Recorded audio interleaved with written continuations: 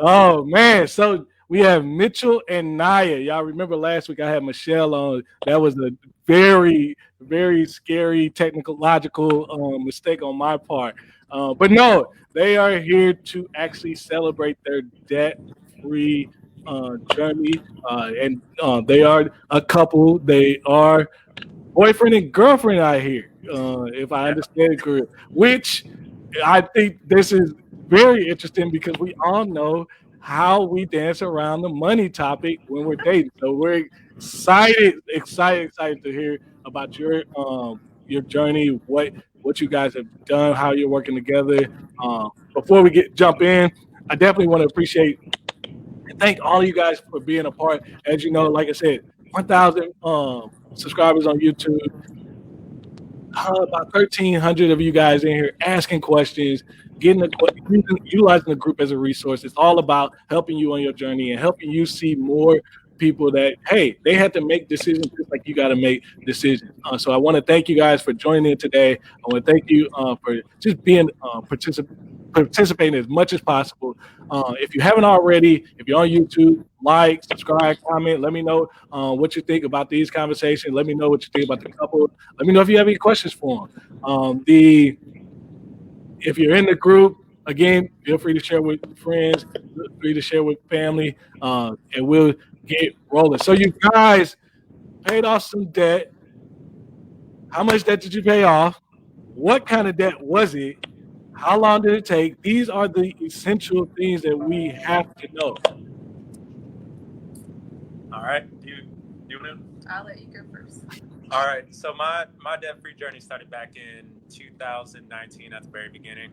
I had no idea what my financial situation looked like, and I was working with a friend of mine, and he was totally into finance, into credit cards, into totally avoided debt, so he would pay them off one at a time, and he really got me looking into what type of debt that I had. So overall I had a $30,000 car loan, Okay. and then I had about $20,000 in tuition that I still had to pay up. Well, student loan debt, should I say? Okay. And what I did was I had no credit card debt going in, and I paid off that. It was total 46,000, and I paid that off in 12 months, so April to April. Yeah. April. So about how long was it? You 12 said months. 12 months. Okay, 12 months. And that's pretty quick. Oh, it. I, It don't seem like it. she kept me alive the entire time because Okay. I was throwing every single dime that I could. I was following the Dave Ramsey plan. Okay. I cleared out my savings. I had every dime that I could possibly have going towards debt, and cleared out as much investments, like beside the brokerage investments, not the 401k and Sure. profit, but cleared those out. Cleared out my savings, 3,000, 4,000 a month. Just threw it on debt. Lived on nothing. Stressed me out. That's why No. she was essential to my sanity. For that So what? entire So the friend turned you on to not living in debt. What was the thing that made it click for you? he turned me on to Rich Dad Poor Dad, Oh, okay. and Kiyosaki. all the investments and credit cards and things like that I could really use in order to either travel or just different benefits through there. So Right. once I got there, I read Complete Guide to Money by Dave Ramsey, and then I Okay. just started watching him just nonstop. Okay. Just nonstop talking about him, talking about paying off debt. And then finally on my birthday, I was just like, all right, 1 year, got to do it. Okay. So that's weird. You listen to Robert Kiyosaki and Dave Ramsey. They from a Two financial totally standpoint, different. Two totally they're different. Yeah. they're Totally different sides. that doesn't usually work. So hey, it got you there, man. Yeah.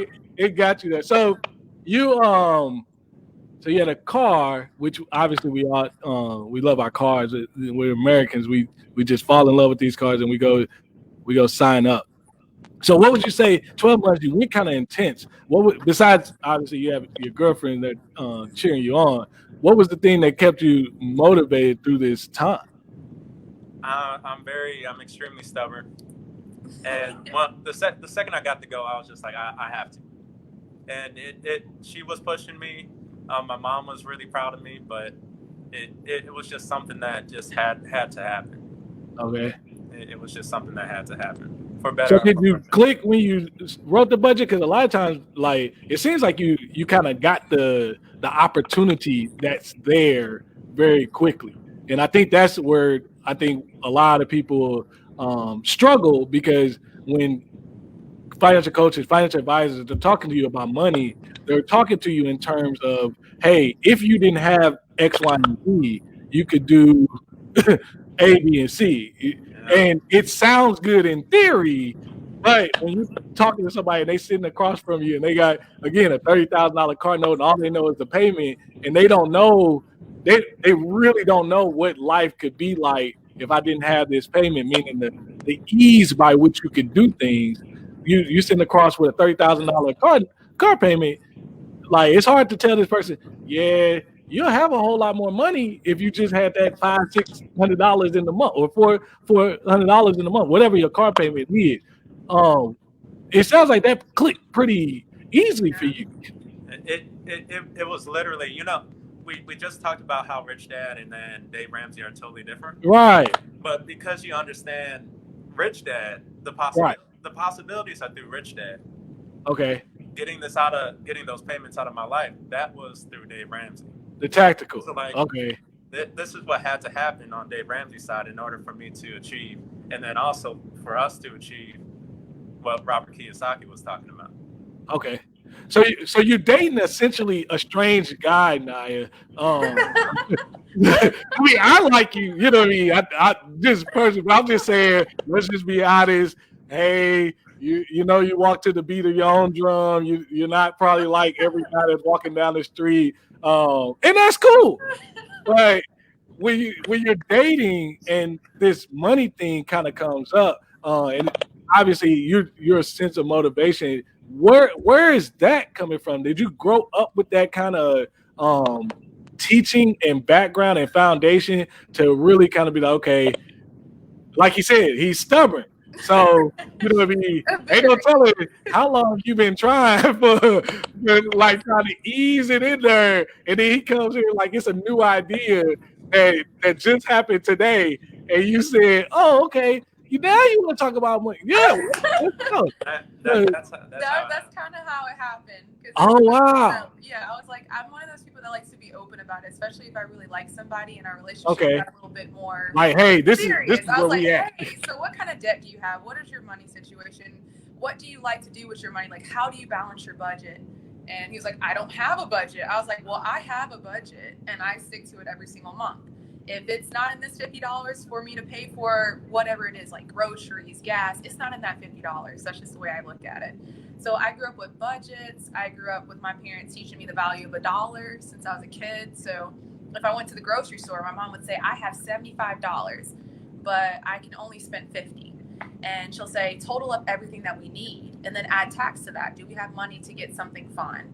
Oh, wow. When I was growing up, my mom just kind of instilled that to me, but she's also a mathematician, so she's a okay. teacher. So yeah, because she added tax. We just be like, dude, how much the thing cost? She added tax. What you mean tax? Who is tax? Like, you know, wow. So what date was this? I don't think this was a date. If you don't mind sharing, like I don't know how long y'all been together, but I'm like, it sounds like if she likes being open, this came kind of quick. Like, man, I just came here to get a quick bite. You trying to read me, you know what I mean? So, well, the crazy thing is, so my mom, on the other hand, grew up with a single mom, and we never talked about money. We didn't have any budgets. Right. So you more like me. Like, okay, yeah, we ain't talking about money. We knew we ain't have it, so it wasn't nothing to talk about. Thank you. One thing per year is all I asked for. But, exactly. But really, my mom said don't ask for it because it's not in the budget. Oh. So I didn't get it. Really, it came to my mind. She's the nerd. If we're talking like in Dave Ramsey, and I'm the free spirit. But what ended up happening was it got on my radar. She had already been talking about like being on a budget, and she was very strict, and she can make $1 last as long as possible, which is wow. thing about her. But it came to my mind, and I have this bad tendency of when something comes to my mind, like that's it. That's 100% it.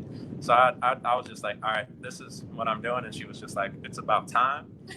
And then we are just like, all right, we're gone. We're doing it. Man. And I mean, I encourage you guys to go back and look at some of these couples, because every couple, the money piece, how it comes up or how it gets expressed is very different. And yours is definitely unique because Naya, you actually are like me as far as personality. I'm very forthcoming when, you know what I'm saying, me and my wife, we started trying to talk about this money thing. I personally was like, shoot, I didn't know I had anything. I was talking about it like I had something. I didn't know I didn't have much. And so when I talked to her, and she like, yeah, your credit looks like there's some opportunity there, and you don't have a savings account. Yeah, you need those things. You know what I mean? I'm like, really? I mean, I've been living pretty, you know what I'm saying, okay. And I mean, now, like she's my motivation, but I find that interesting that you like, hey, not only, and again, you're dating, because a lot of people we talk to, they're married, and then of course when you're married, you go, hey, I'm gonna ride out with my husband. If it take us 10 years before this guy wanna catch on, cool. But you're dating, so you live this way, and you like, hey, this is how I live. And you knew he wasn't like you like that wasn't how he lived. You know what I mean? So it wasn't one of those things like, all right, we'll see how this goes. Or was there things about his personality you like he'll eventually come around, like he's open to the conversation. It's gonna take a while to get him to connect. I would definitely agree with what you just said, the second part. I knew that Mitchell's always open to trying something at least once or twice. Okay. But like, at least if I open his mind up to a budget, if we talk about a budget, how that can help him out, where he won't be like, well, where's all my money? I'm broke. You know, then maybe he might see the benefits in having a budget. If he sees how I'm able to do certain things and my income level is lower than his, right? It's just kind of like, oh, well, how do you have all this money? I'm like, because I stretch the dollar. I use coupons. I look for sales. Right. I do that all the time. If it's not on sale, most of the time I don't really get it, to be honest. I'm a very wow. kind of like frugal person with myself, so I don't naturally. Naturally, I just don't blow the money or anything like that. But then that's also how I was raised. My mom was like, hey, if it's not in the budget, you're not getting it. And even if it's in the budget, think about it. Do you really need it, or is it something you wanted? Oh, that's what I thought. You just wanted it, so you're not getting it. So that's kind of like how I grew up, even though my mom was an awesome mother and she would give me what she could. But she was still very tough love. It was very much so. I had a job since the age of like 14, 15. We the same. Yeah, it was tough love. She's like, oh, you got money? Okay, so you could pay this rent. You could pay this bill. That's what my mama said. All of a sudden, life that came out, and I'm 13. Well, I know what a mortgage. I can't even have this thing, and I'm paying for it. Like, and then they own the account, so it's not like you can necessarily have a true discussion. It's more, hey, we paying this with your money. They had phone banking back then. You can hear them in the room talking about some transfer. I'm like, I didn't want to transfer. That wasn't in my plan. You just get the notification and you just like, but you took that, but you underneath my roof. You're like, yeah, that's very. Yeah, they always want to play that roof stuff. Like, they play the roof thing. And then I got 2 jobs when I was in high school, and I still did sports. And I still did a lot of academic stuff, and I like to be involved in my community, so I was very involved still.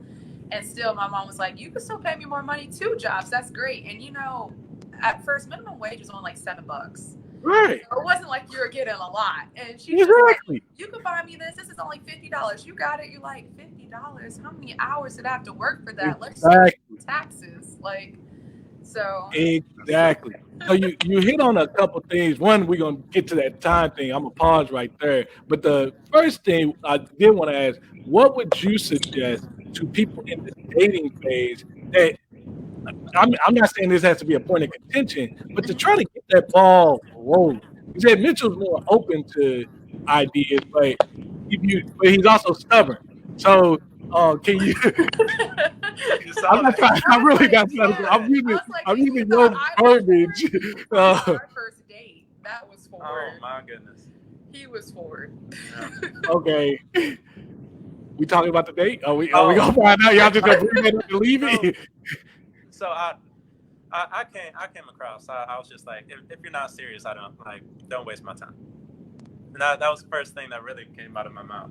Yeah, pretty much. So he's like, Wow. But you was paying for dinner too, though, right? I mean, we were at Bar Louie on Dollar Burger night. So I mean, Enough said. I've been there many a time. You don't get tomatoes. It's just the burger and bun. Like that's all we get. That's it. So you said, don't waste your time. I was like, yeah.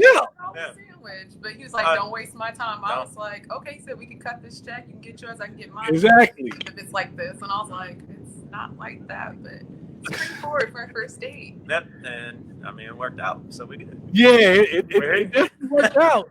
I think we'll talk to y'all in a couple of years and see if there's residue there. No, but so what would you suggest for people that are trying to bring up this conversation? And honestly, the money conversation I think is and I mean you guys seem like you've been together for a while, so talking about tough things is a part of the relationship. So if you can talk about money, that usually kind of helps you with the approach to do other topics. So what would you suggest with somebody that whether they're married, what have you, like, hey, I know this person is hard nosed. I think they'll listen, but I know, I mean, they kind of stuck, headstrong. Would you suggest approaching that conversation? I can. Go ahead. Well, I mean, my suggestion is just kind of knowing how that person communicates and trying not to actually like offend them when you say it, because it's kind of hard, especially like when things are new. It's not like on the first day, so what do you got in your money situation? Like that, it's like over time when you kind of see yourself being a little bit more serious and you're like, okay, I'm into you, but I know only surface things about you. Let's talk a little bit less on the surface and more like deep within, like, who are you? Like, what do you like to do? That kind of stuff. So you kind of warm up to the conversation. Then after you warm that person up over time, you'll say, hey, this is kind of like the way I am about money. What about you? And most of the time, people kind of let you know already. They'll say, oh, if I got it, I spend it. And then you're like, whoo, okay, so we have some work to do. So we need to make sure you don't have it. Yeah, we got some work to do because you just spend just because you have it. And to me, that's fruitless. Don't do stuff like that. If you're going to do that, at least give some to charity. Like, I don't believe in just spending it just because you have it. Right. So it's just knowing the person's communication, how they speak, and then kind of softly kind of bringing it up. But if you've been in a relationship for a long time and you guys have been married and the money situation comes up, it's a little bit tougher because more emotions are involved in that. Right. So since more emotions are involved, then it could come into a yelling match no matter how you say, because that person might be defensive saying, hey, you're trying to say I'm bad with my money when the person's really just asking a question. So it would take them to have some self-reflection on themselves to talk to each other and look internally. The person asking needs to look internally, and the person that is being asked needs to look internally and say, okay, feelings aside, I really want to know this because money, children, and I think it's one of the things are the biggest reasons for divorce. Mm-hmm. Oh, and religion is the biggest reason for divorse. So it's just kind of religion, money, children, in-laws. Yeah, those are the top four or five. Yeah, you guys definitely did your homework. But you're right. You have to learn. And in our generation, we've definitely been becoming a little bit more emotionally intelligent. You have to learn how to speak to your coworkers, but especially your partner. Like at the end of the day, like the only purpose. And I honestly, I just keep going back to this couple we had a while back, but the wife simply seems like, I didn't get out of debt to not have no money. Like that was the purpose. Like, we're in this to build wealth. Like, this is why we did this. Like, when you're going to work, you're going to have money, but what type of money are you trying to have? Are you just trying to have money to get you through to the next week? Well, I'm trying to have money where my money is working hard, where I'm having a good life, but my money is outpacing me and making more money for itself than I can ever do. And that's cool, you know what I mean? But if that's not your, goal, because that's just not your goal, not because you can't conceive of that potential. If you can't conceive of like Rich Dad Poor Dad, that's a different conversation to, hey, I'm just not trying to strive to get that. You know what I mean? It's way, way different.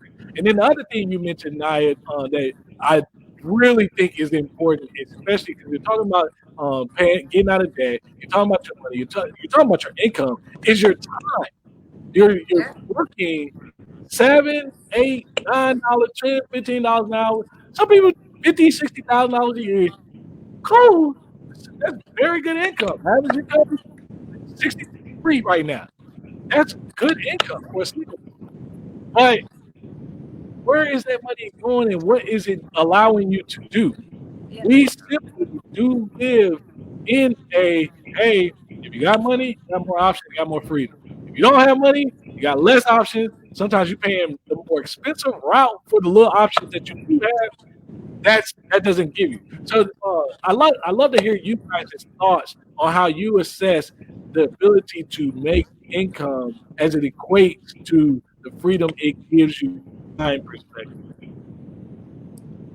Can you repeat that last part? So Sorry. I love to get your guys' thoughts on the ability to make income as it relates to how it equates to your time, your freedom perspective. Gotcha. Okay, so starting from when I was finally debt free back in April, it's really been a focus on the FIRE journey. I had the financial independence, retire early, and that's just because we've seen a lot during this COVID time. Yeah. Especially at my job, where they let go of 45% of my group. Wow. Right? My organization, not just group.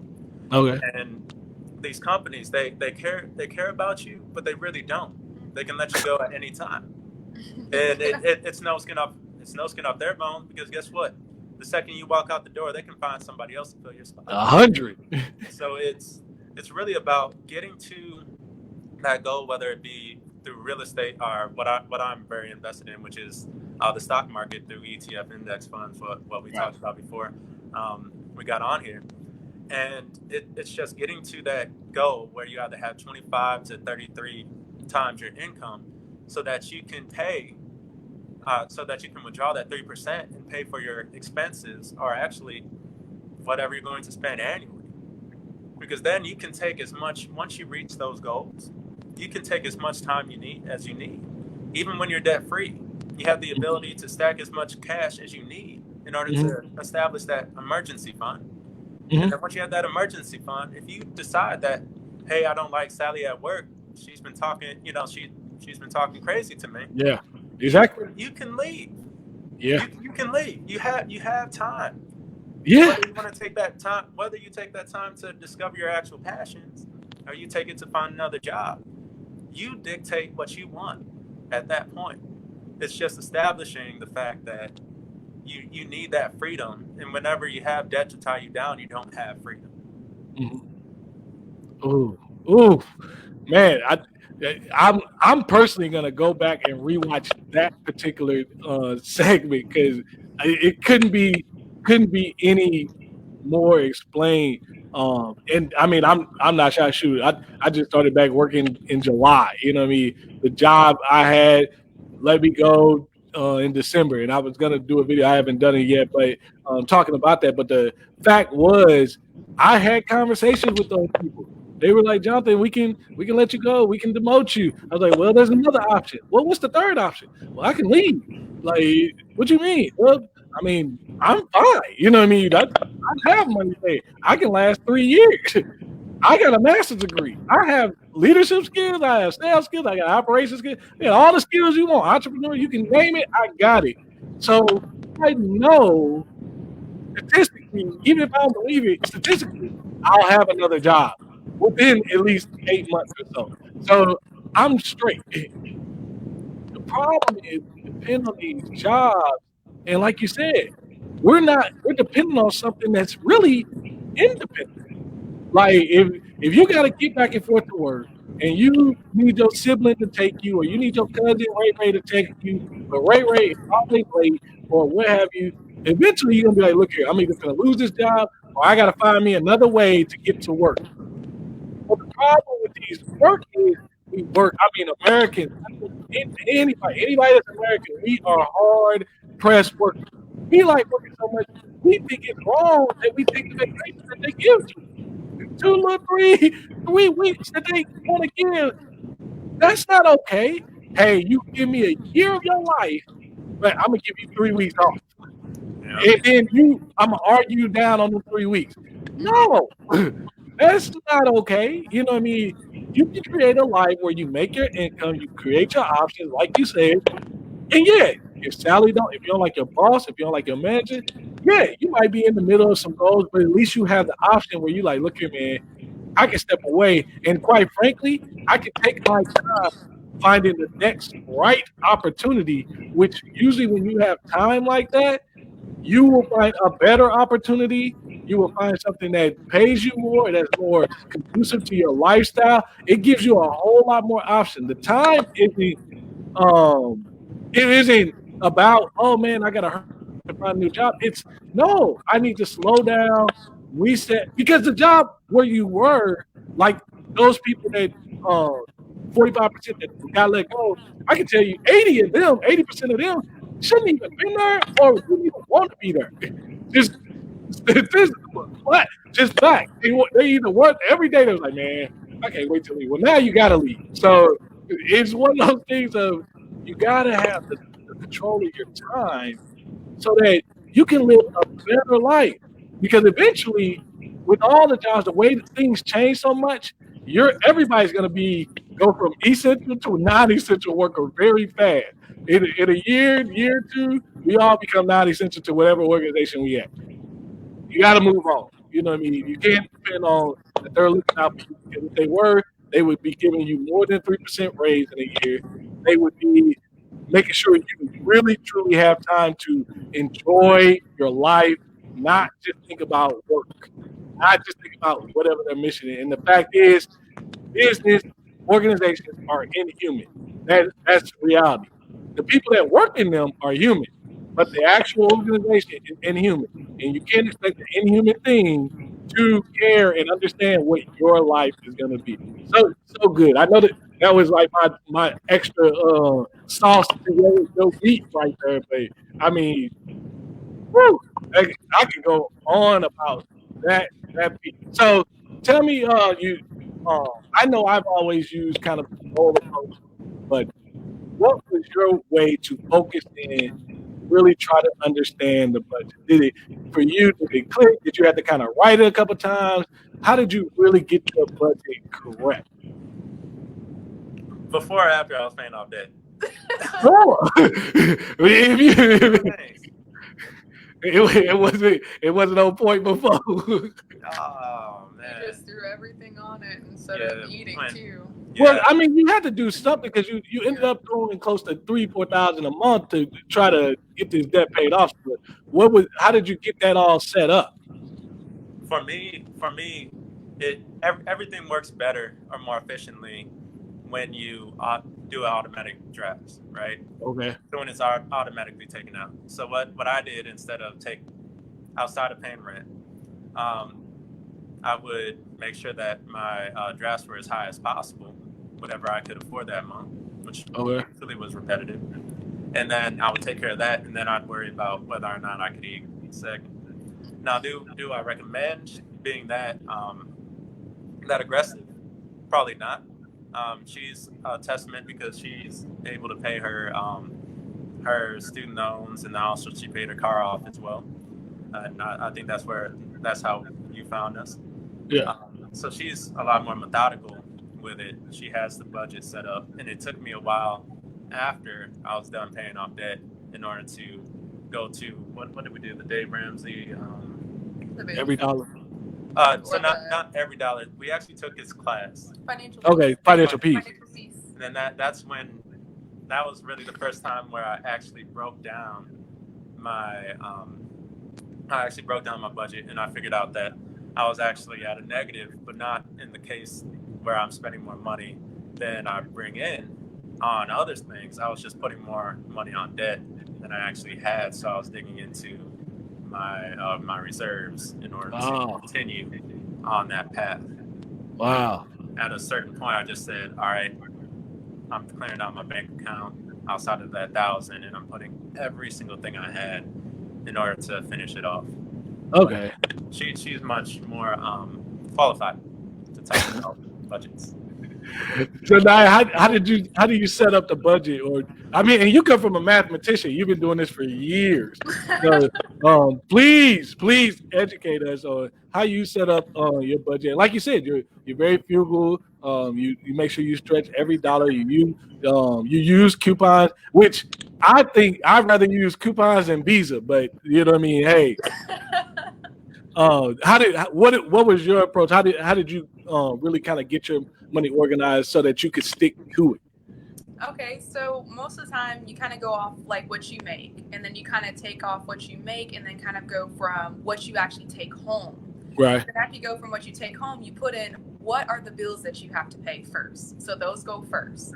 And then if you go through your bills and you're like, okay, is this a bill for my nails? Like something like that. Like if it's not an important bill and an essential bill, like your student loans, paying your light, paying your electricity, or your phone bill, get rid of it. So then I would add those up. And You started with that? Yeah, I started with that. I said I'd add those up and I'd get rid of anything that wasn't necessary. If it's not necessary, take it out. I don't care if you want your nails done, your hair done, you take that out. Okay, you don't need that. That is not a part of your budget. That is fun money. I mean, it was a part of somebody's budget. Yeah, no, it's fun money. So first, how I make my budget is the core values of like what do I need to have paid so I'm not kicked out, so I'm not going delinquent on anything. Then after that, I go towards, okay, what do I need so I can eat? So let me think about my other essentials like health, like going to the doctor's office, dental office, kind of like looking at the schedule, seeing about like when do I go. So if I go twice a year, then I know those 2 months already. And then from there, knowing like how much do I spend at the grocery store. And I mean, I'm pretty sure that if you limit yourself and you know what you spend at the grocery store, you can almost go to the same grocery store and know how much it's going to cost after a while. So then you could put that much, but then I would add inflation like plus 10 just in case anything fluctuated. Same Oh, it's thing for fluctuates. gas. That's Yeah, what it you are. fluctuates. You It like to sneak the fluctuates. little price changes in. It I fluc- used to It You're like, hey, fluctuates. go put this on. I'm like, this a price difference. Yeah, This is how no, you I do do it? that.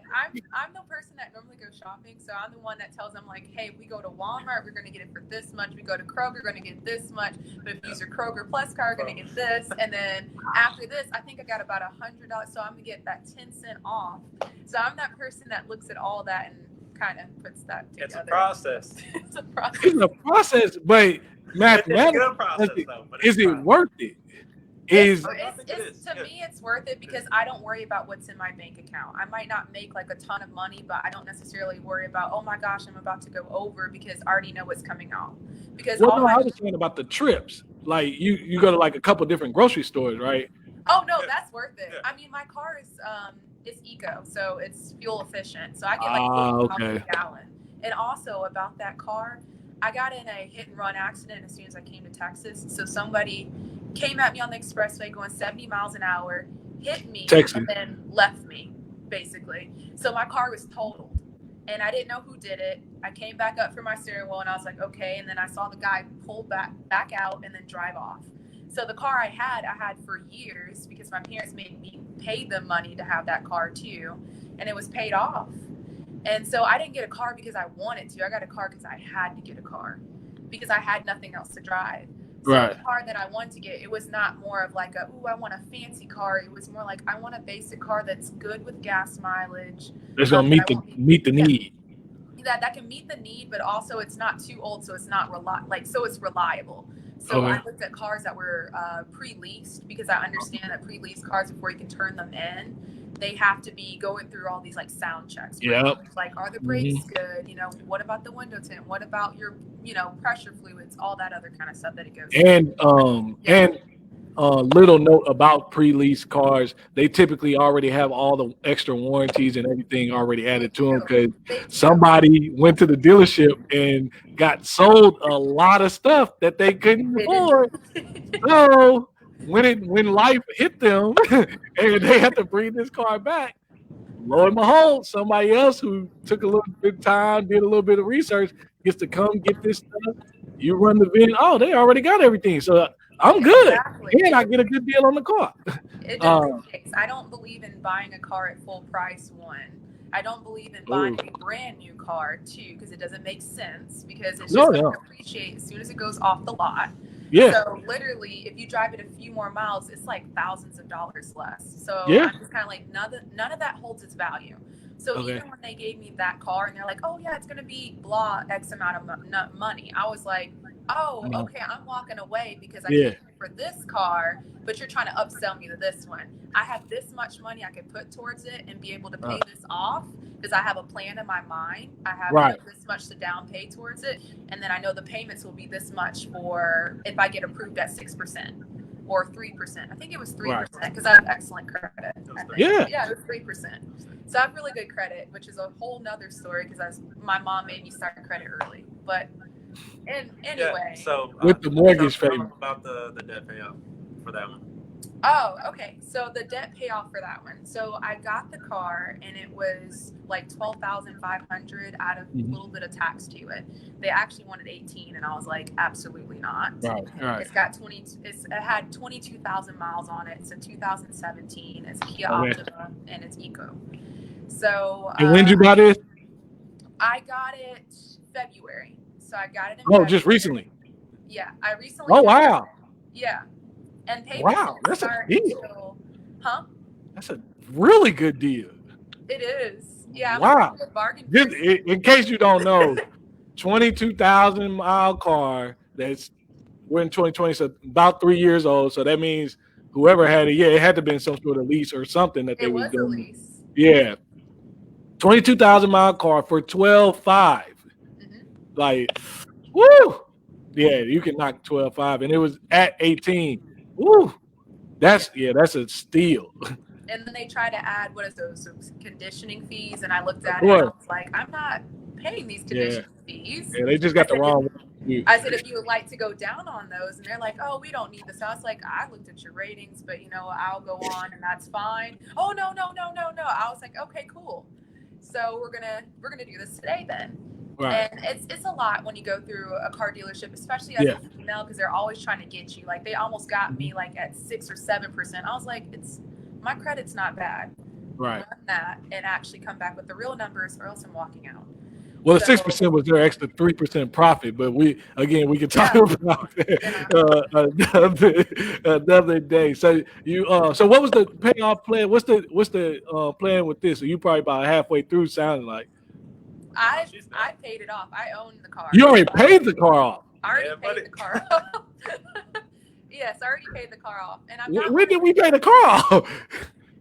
Before my birthday. Yeah, so my birthday was in July, so it was before my birthday. You paid the car off in 4 months?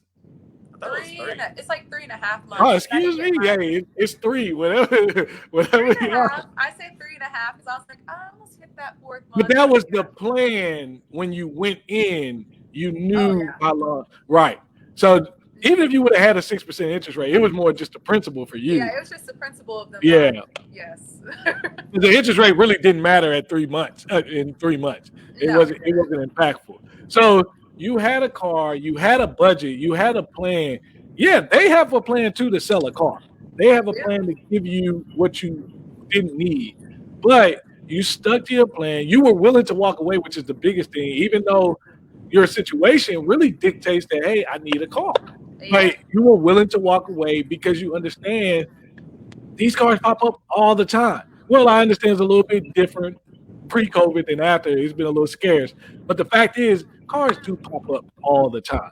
And if one dealer doesn't work with you, your neighborhood dealer doesn't work with you, another dealer will. You can get the car you want for a fair, not trying to be out here trying to say, hey, man, you're going to get this car for $5,000 and you really need to be paying. No, shit, let's just be honest. Some people just be crazy with this. But you can get a Wait, what? You're over here like 10,000. Oh, yeah. Yeah. Like we're talking fair. It was so funny to see he was hyping me up. He's like 10,000. 10,000. I was like, they're not going to. I was like, please don't listen to him. I was like, it was 18, boss. Like right now. It was 18. You want them to take an $8,000 hit? Man. Half the car gone. You like, well, I can't do that with you. 100%. When it comes to negotiating salary, or when it comes to getting deals, especially negotiating salary, she'll tell you what I said, but you're not going to get it unless you ask. You're not. And that's And in that's salary, they're my motto. expecting you to ask. So when you say, "Oh yeah, I'll be there Monday," well, you didn't just messed up everything. Because they would. I learned that the hard way because I had an offer with Johnson and Johnson, and I didn't realize what was, I guess, their cap limit. And another girl came in there and said, "Well, I asked them for this, and I got that." And I was like, "Oh, I just asked them for a little bit more," and they were like, Right. "We don't have it in our budget." So when I got an offer from Abbott, I was like, "I'm asking for this," and Right. I did, and I got it. So Yeah, sometimes you just throw stuff against the Yeah. wall. She didn't give me any of the props, but okay, you know, yeah, he's the hype man, but he You're does it welcome. all the time. He does it all Yeah. the time. she got exactly what I told her. I said that's what you worth. She got it. So So you thought that was going to translate to the car? it almost. No, it didn't. The guy just kept looking at me. He's like, Okay. "We are right Yeah, here." I was like, because "You he are tripping. you are Right. right here, right? Okay." So I had No. So good. You guys are so fun. So fun. So I do have go ahead. one thing that I'd like to mention, and that comes with couples that are dating and not married. When it comes to finances, if you guys have a goal that you guys align on, which at the end of the day is debt freedom, generational wealth, and hopefully we can retire early. I think that'll happen. If you guys know that you guys have a future together, and the plan is marriage at the end of the day, then if the other has debt, one of you guys can take on the most, the majority of the expenses. So for example, right now I take the rent, and then she pays for the utilities. So the reasoning, or at least the strategy behind that, is if she's not having to worry about paying half the rent, then that extra money can go be applied to her debt or savings for the emergency fund that at the end of the day will be both of your guys's, right? So make sure that you guys align with that goal.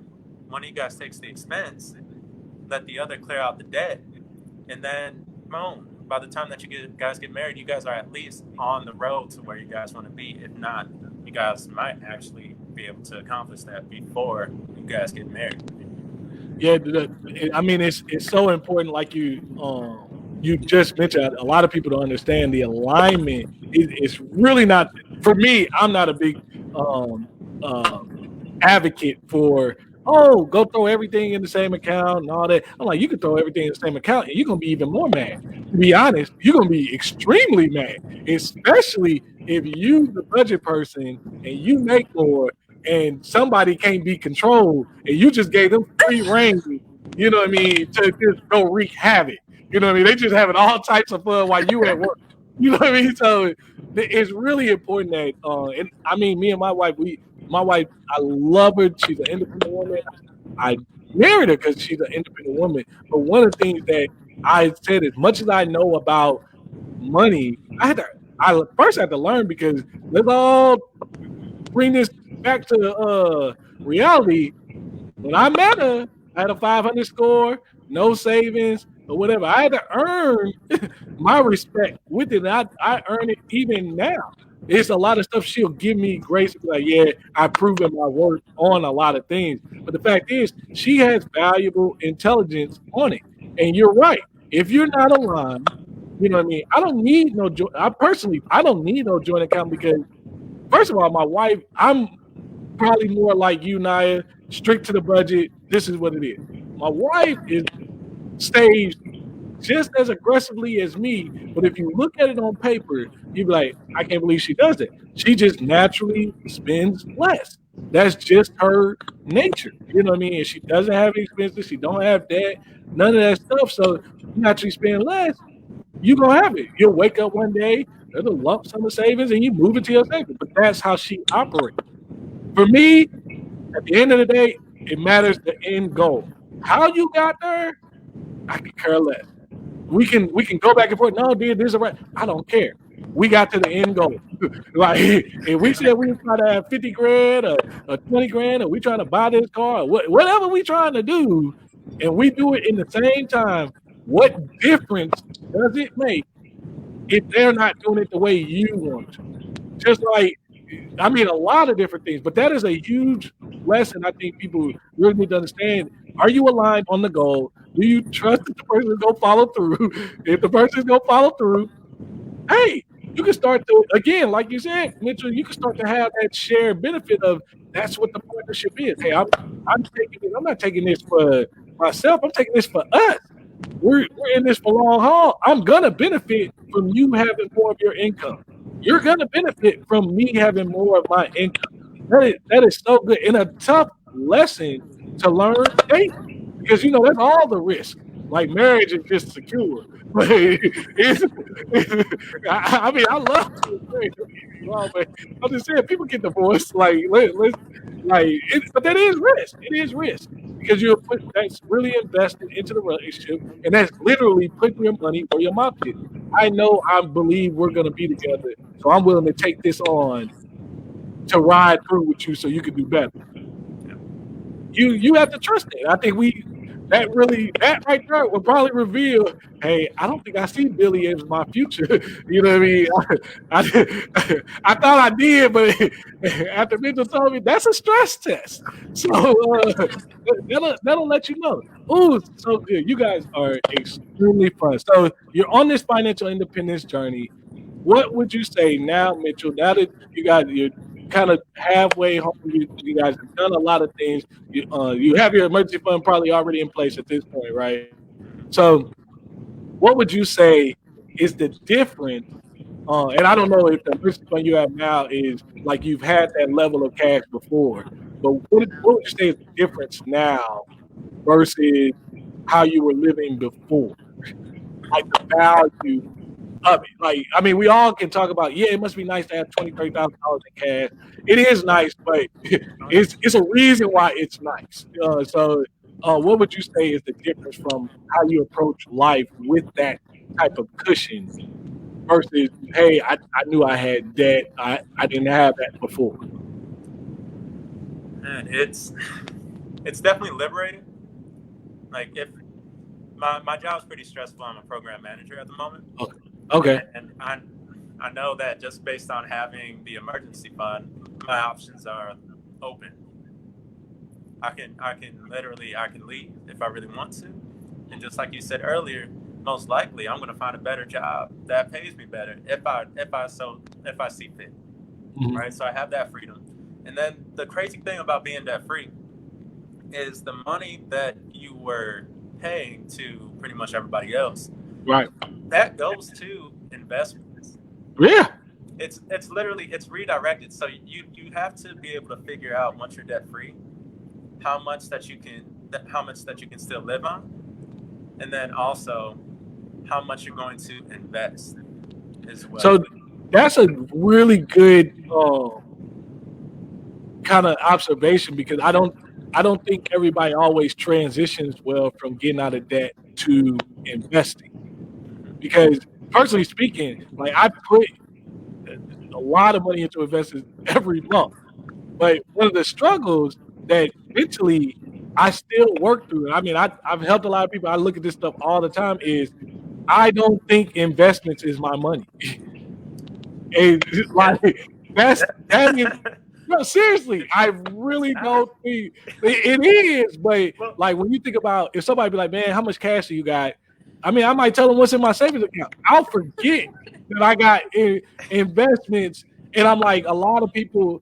I understand the struggle of trying to invest because when you hear the word investment, you're like, 401k, stuff that's locked away that you can't really touch or anything. Well, if you're investing after tax, Roth, or anything, you can still access it. But even still, with all those, you can put whatever name on it. The fact is, if you're investing, I don't think people really that really translates to, hey, that's still your money. It sounds good, but the practical is hard. You know what I mean? So how did you kind of massage through that to try to just to keep yourself engaged to do it because you don't have like you're going up the hill now. You know what I mean? That you're paying down. So now you're trying to go up the hill and you got to be like, shoot, that money locked away. Well, I'm gonna just keep it in my savings account, right? right now. No, like how did you transition to that? It aligns with that. It still aligns with that fire because Okay. the first you got to pay off your debt, And then once you hit 0, then the actual like work begins. Yeah. Making sure that your money gets locked away into the different mechanisms. And really, it is your money, but I don't really look at it as my money for now. Like, Thank you. It's not my money yet.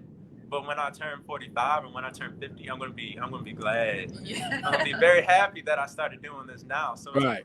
it's all about, all right, this is the number that I want to reach, whatever your number is. And then it's like, what are the best mechanisms to get there?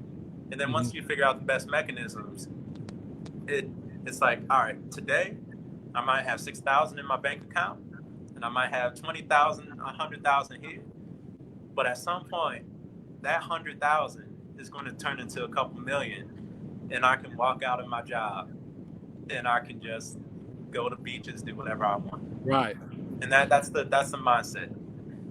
So what would you say, because you're talking math, and in some way, I deal with numbers, so I understand you really can't dispute math, but we do. We dispute math.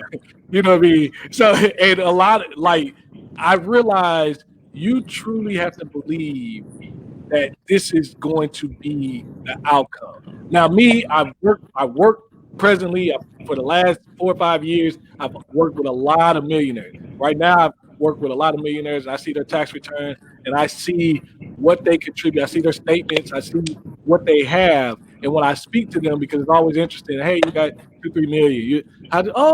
You just keep trucking along. It turns that way. And I'm like, it's not theoretical because it's happened. Like, this person isn't lying. Like, they have the money sitting right here. Right. When you're looking at it like from an investment calculator, you're like, this is really turn into a couple billion. Like, you know what I mean? Like, is this legit? Like, come on. I don't think people understand that. So, and I hate to pick on you like that, but I really think it's important because investing in the stock market, from what I understand from the research, from reading, and especially when we talk about the different demographics, African Americans shy away from it because it's not like real estate. If I buy a piece of house, I can touch the house. Yeah. If I say, hey, you own $1,000 worth of Apple, you just want me to believe that? Like, I don't get paid. Ain't Apple worth $1 trillion? Yeah, you know what I mean? Like, you see an Apple go up, but you don't see your stuff go up like that. So you're like, well, where's the money? You just want me to believe this? So it's really important to understand the Bible. And to your point, you're doing ETFs and understand the tax efficiency. But what is it that really kind of for you, like, hey, I know this is where it's going to be at? And how did you transition to thinking? Because it's not easy. It's something it's a challenge. Like you said, like, you have to stick with it. And unlike that, you don't see your balance grow every time. I mean, you see it grow from but you want to see the growth from what the investment doing. So what would you say to help somebody, hey, you're starting investing, this is things that you really need to think about, grapple here, and this is how I was able to transition to really start to mature into an investor. When it comes to investing, it's all about 100% about delayed gratification, and nobody likes delayed gratification. No, we don't. All you're seeing when you're investing is that $500 per month for, like, say, a Roth, right? You're seeing that go, but you're not seeing any direct, immediate, tangible return on that. It said thank you for your confirmation. It could be a year.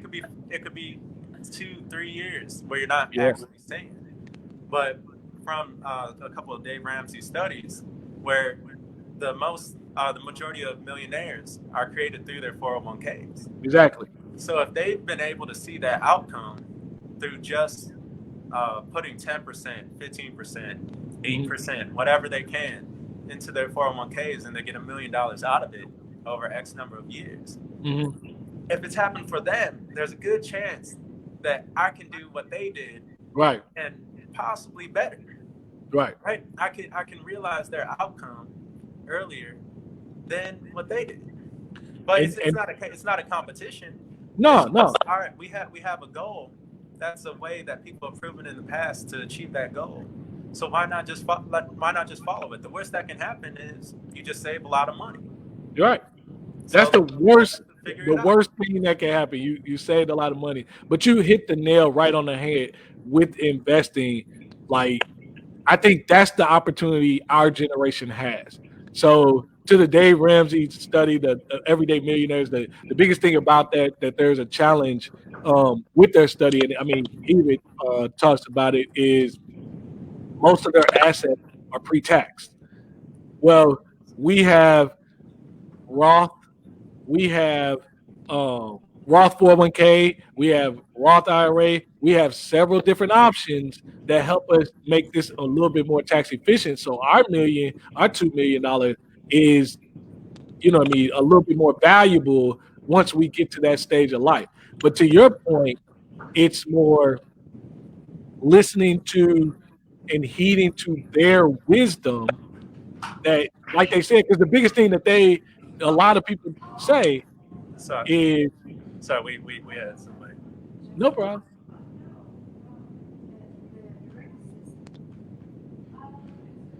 I Yeah, sorry, but oh, when it comes to the Roth option, that's extremely powerful because pre-tax, we don't know what tax rates are going to be in the future. don't know. We have no control, and we don't even have control on how the government spends our money today. Right. That we have to pay back at some point, or Exactly. our children have to pay back. So that's what makes the Roth option powerful, because we can pay those taxes now, and then Yeah. all that growth is And we ours. paid a lower tax rate at that. But yeah, the biggest thing about that is just understanding how to use it, and like other people, like most of those people that say, if you ever talk to a millionaire, I know I've talked to several, but if you listen to the ones on his show, his millionaire theme out, great thing. But a lot of them say constantly, like, hey, what would you tell the 26 or 25-year-old version of you? Save more. A lot of them consistently say save more. Somebody who's 2-3 million, right? They know now, but they like save more. The other thing is, hey, ride it out. When you have a COVID or when you have a dip in the market, ride it out. Invest more. Like, Invest more. that is the biggest thing, like, throughout COVID and all that type of stuff, that I think, and we don't know, because investments are funny in the fact that when we're doing all this speculation, we're doing it on historical rates or whatever. But historical rates isn't showing you that, hey, a lot of these returns are off. You've gotten higher returns, like somebody over the last 10 years, their money's tripled. You know what I mean? That's not an average 7% return. You know what I mean? That's that's the market. And the market continually does well because America by nature does do well. So if you're buying right now, which is going to be a low time for 20 years from now, you are getting a benefit. And if you're getting it even lower when the price cut, because, you know, maybe we had something happen in the market, buy as much as you can.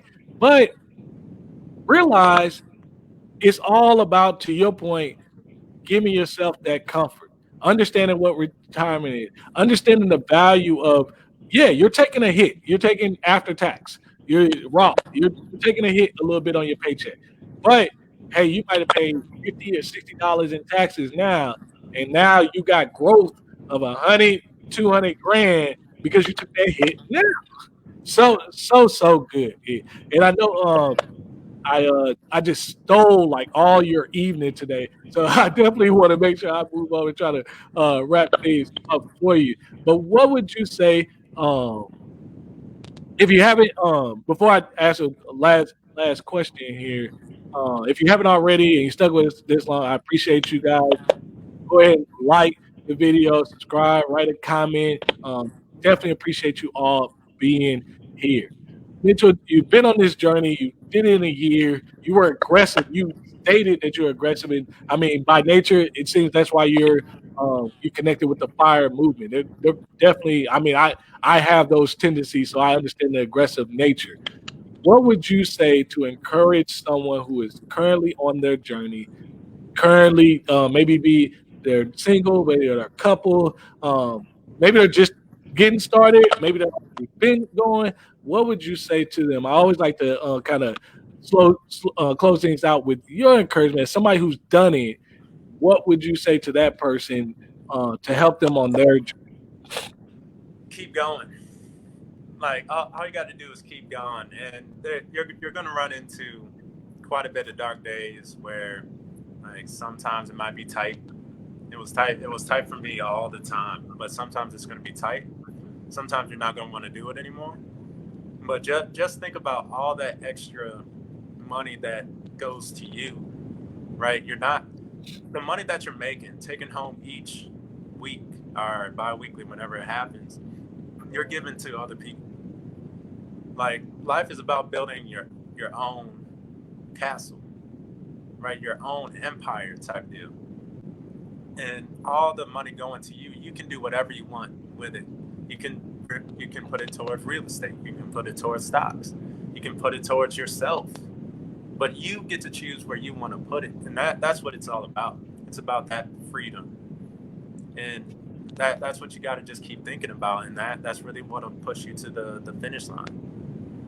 Oh, so good, guys. I definitely appreciate you dropping in, sharing so much wisdom. The young lady, I'm sorry that she won't be able to say goodbye to the group. Y'all have Sorry to about hope that, man. witnesses or somebody come to the door. I don't know what's happening outside right now. So. No worries. But definitely appreciate you stopping in. Guys, if you don't realize these people, I mean, personally, I don't think I'm anything special. I mean, I know I'm smart, but you know what I mean? And I think highly of my intelligence, but I'm saying I don't think we're doing anything that no one else can do. The only thing is you definitely, like you said, you just got to start and just stick with it. If you graduated school, no one who graduated college will ever tell you, "Oh man, that was a breeze. I go do that again." No, freshman year was hard. Sophomore year was a little bit harder. Junior year was even harder because you're trying to figure out what to do for senior year. And senior year was the worst because you were just ready to go out. High school, the same way. Anything that you've done, working up your career, anything, it's always been hard. The only thing we're saying is choose the path of hard that's going to give you a better life. And even after, one of the things that we don't always mention is it's not that you become debt free and the decisions get easier. It's just like, Where it begins. man, thank you. It's not that you become debt free and the decisions get easier. It's you become debt free. Your choices are better, but it's harder. Go ahead. And they're significantly more important too. Yeah, they're way more important. And once you get to that point, those decisions are really what dictates where you go. Yeah, you got a lot of bandwidth, so you got to be ready for that opportunity. So I appreciate you guys joining us again. Like the video if you haven't, if you're on YouTube, subscribe. If you're watching this, invite your friends, invite your family. You go, oh, she came back. So before I kill it, Naya, we want your words of wisdom too. I tried to stall a little bit, so hoping she'll come back. So Naya, we just got Mitchell's words of wisdom for somebody that's in their debt journey, maybe begin their debt journey, couple, single, what have you. How would you encourage them doing this if they're thinking about it, if they're in it, what have you, to keep going or to pursue this type of financial freedom? I know this sounds super cliche, but it's kind of like my motto that I had because I went through a lot in 2019. Like, I lost 3 jobs as we had layoffs 3 different times. Oh, wow. Yeah, so we came from Ohio. But my motto, in short, was to just never give up. Just keep pressing through. Somebody always has it worse than you. And when I lost those 3 jobs, and then I moved down here because he actually got his position down here because he decided he wanted us to be more serious, and we made that collaborative effort together. Which, again, that's like talking to your other, if you're a boyfriend and girlfriend, and saying, hey, right, we're going to be serious. Like, you know, having those like heart-to-heart talks and then knowing how you guys talk, but really being each other's best friends and best like hype man, I guess, if you want to put it that way. Yeah, that's my hype man. So, but my thing was just never giving up. So I kept seeing the vision. So I started school last year because everything kind of went bad. And then after that, I got hit by that car. And then after that, it just seemed like everything just kept going down. Mm-hmm. And I would say faith and prayer works. Mm-hmm. It works because right after I started praying, I thought I was at the lowest point and I didn't think I could pay off anything, even though I had my vision, I had my goals and what I wanted to do as soon as I got my job and my positions. I just didn't give up.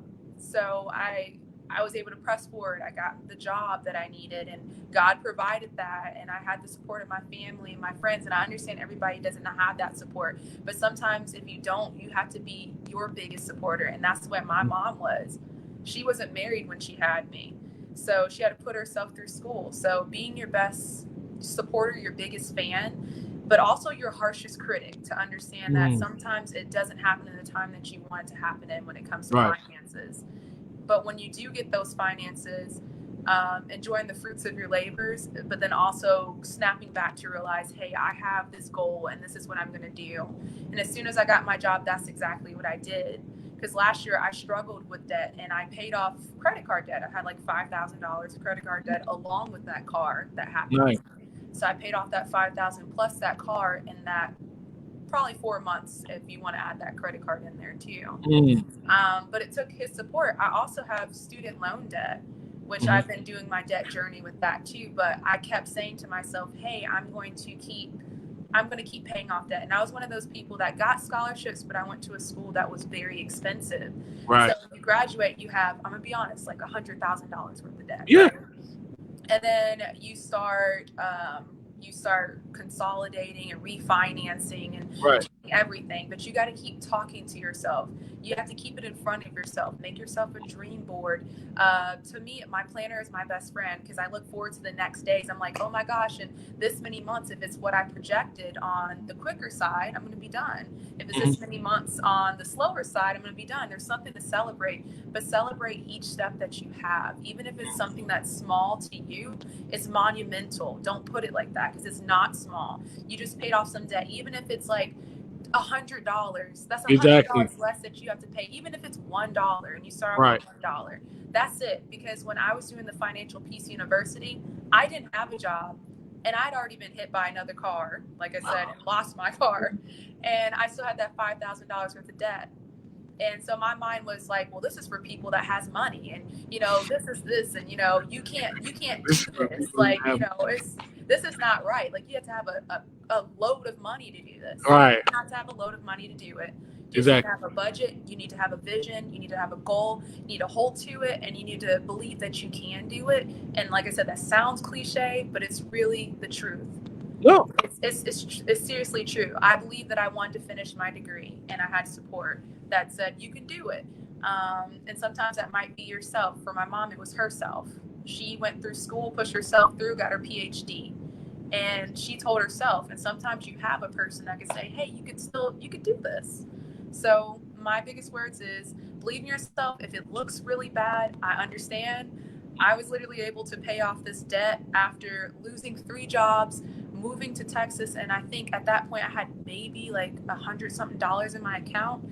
And then I was able to go to school through like different benefits and scholarships I was able to get. And then I was like, you know what? When I get a job, work is going to pay for it. You got to speak it. And when you speak it, it happens. It really does. Like I spoke it. I said, hey, Abbott's going to hire me. Abbott did hire me. Abbott's going to hire me as an engineer. I'm an engineer for Abbott. So it's just speak it, live it, love it, pray. And then also wish well on others. Like, don't sit up here and hate on somebody else because they were able to do something. Be happy. That was their journey. That's not your journey. So don't sit up here and say, oh, well, she did this because, her boyfriend. Okay, before him, I was working on this journey. And I'm continuing to work on this journey. Him by my side didn't stop my journey. It actually expedited it because he believed and aligned with what I wanted to do too. He saw my vision. I saw his vision. So, because people do get that feedback, that negative feedback. Well, she has this. I'm like, okay, well, think about this. I'm trying to pay off my debt right now like a racing horse. So me paying for my student loans is pretty much, plus the bills that I do pay, it's like what he's paying for rent. So it's like I'm paying rent and he's paying rent technically. And I'm still able to save still because Abbott's paying for school. The VA expended my benefits because my father fought for those benefits. And I appreciate this. Oh my goodness. Woo! Man, she just played the worst thing. I'm scared. I gotta have. Oh man, I gotta have her speak on one more thing because we talked about it just quickly right before you came. it doesn't get easier just because you pay off debt. it, like your money decision, the whole point of this is a responsibility. And to be quite honest, a lot of people don't have money. Some is education, some can't handle the responsibility. Like there's responsibility with money. And to your point, Mitchell, there are a lot of decisions you have to make that are weighted when you don't have debt. Like you have to really make hard decisions. The only blessing of it is you're not. My mind is not pressured. I'm not really thinking, being stressful about it. I'm just looking at okay, based off what we want to do. But you still have to protect it. People who have millions of dollars. They're constantly looking at ways that, hey, how can we be more tax efficient? How can I take advantage of something? I'm not cheating anything, but it's just the point. If you don't just get to have a couple million dollars and it just sit there and oh, magic happens. No, you have to manage it. It requires critique. What happens when you die? What happens if you have to give it to your kid? What if your kid don't want to listen to you now? Do I want to give my kid $2 million and he don't want to listen to me now? That's not going to be a good story. So, what would you say about just speak a little bit good about the weight of the decisions as your money starts to improve and the decisions you have to make and the difficulty of it? I would have to say, like, after paying off my car and freeing up some of that money, and then also paying off my credit card and freeing up that money, it felt amazing. It felt like a weight was lifted off my shoulders. I just felt more in control of my situation. So, like, the next thing I started doing is that it started to motivate me to be more in control of other parts of my aspects of, like, my situation, like my savings, my checking. And then I was like, okay, well, after this, let me start visioning even larger. Like, what do I want to invest in? And of course, since he's a person that's like a financial guru when it comes to everything, or at least mine, I ask him most of the time, like, hey, so what do you think about this stock? He'd be like, oh no, like, what are you thinking? And then other times, like, she tried, man. She just tried. I'm not so bad. Like, if it's healthcare wise, I'm not bad. But if it's anything else, I just normally ask him and consult with him because I know that he's been doing it and he's been pretty good at it. So basically, it is hard because you're just like, oh wow, I can do this and do that. But for whatever reason, for me, I don't want to buy anything else because I already knew what it felt like to be crushed underneath that weight of all that debt. And since I was underneath that weight, I don't want to buy anything. I'm not like, oh my gosh, this is so hard. It's just like, oh my gosh, I can't wait to get the next paycheck so I can put it on this debt so I can feel free from this entity. Oh my gosh, I can't wait to put this paycheck in my savings so then I can feel less anxiety when I go into work, feeling like I have to just tolerate certain things that happen inside the work industry. And that part's a big thing. I think just in relationships, right? Because going through what she went through last year has made her conservative, right?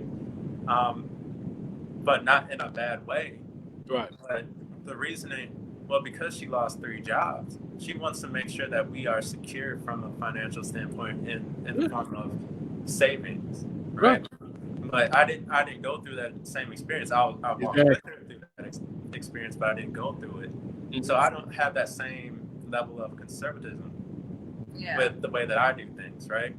But what I'm trying to do, and something that I've been learning over time, is how to respect her experience. Exactly. And then realize that later, once we have that security, then I can jump in and say, yo, like there's index, there's ETFs, and like I can have that party later, but until that, she's not going to feel comfortable jumping on my bandwagon until we make her feel comfortable in general. So I have to back off a lot. So good. That's really understanding your partnership, and that's how you win. If you understand your partner, I don't have to listen to a whole bunch of other people because I know my partner. We do this, and we're doing this way because my partner. If I had a different partner, I probably have a different result. But you know what I mean? It's this is my partner. This is how they are. that's cool. If that's want to be how they are, there are going to be decisions that, yeah, it don't necessarily fit my plan, but it's not my plan. It's ours. So in our plan, we have to do things that are conducive to both so that we are both engaged in the process and we both reach the goal. And funny thing is, what you think may mess you up actually is the thing that propels you a lot further than you thought you would get. So, so good, guys. I definitely appreciate you guys. I know I stole a lot. I mean, I took so much of your time. People started coming to your door. Like I just know. But if you guys, like I said, if you stuck with us this far, I appreciate you. Go ahead, like YouTube, subscribe if you haven't had a chance. If you're in the Money Talks group, definitely this will be a replay on YouTube where you can share this on Sunday. But I still appreciate you guys coming through. You're definitely a blessing. Incredible, incredible people. Just remarkable. And you guys are going to continue to do great things. We'll hang out a little bit maybe, offline, but until next time, you guys, we'll talk to you soon.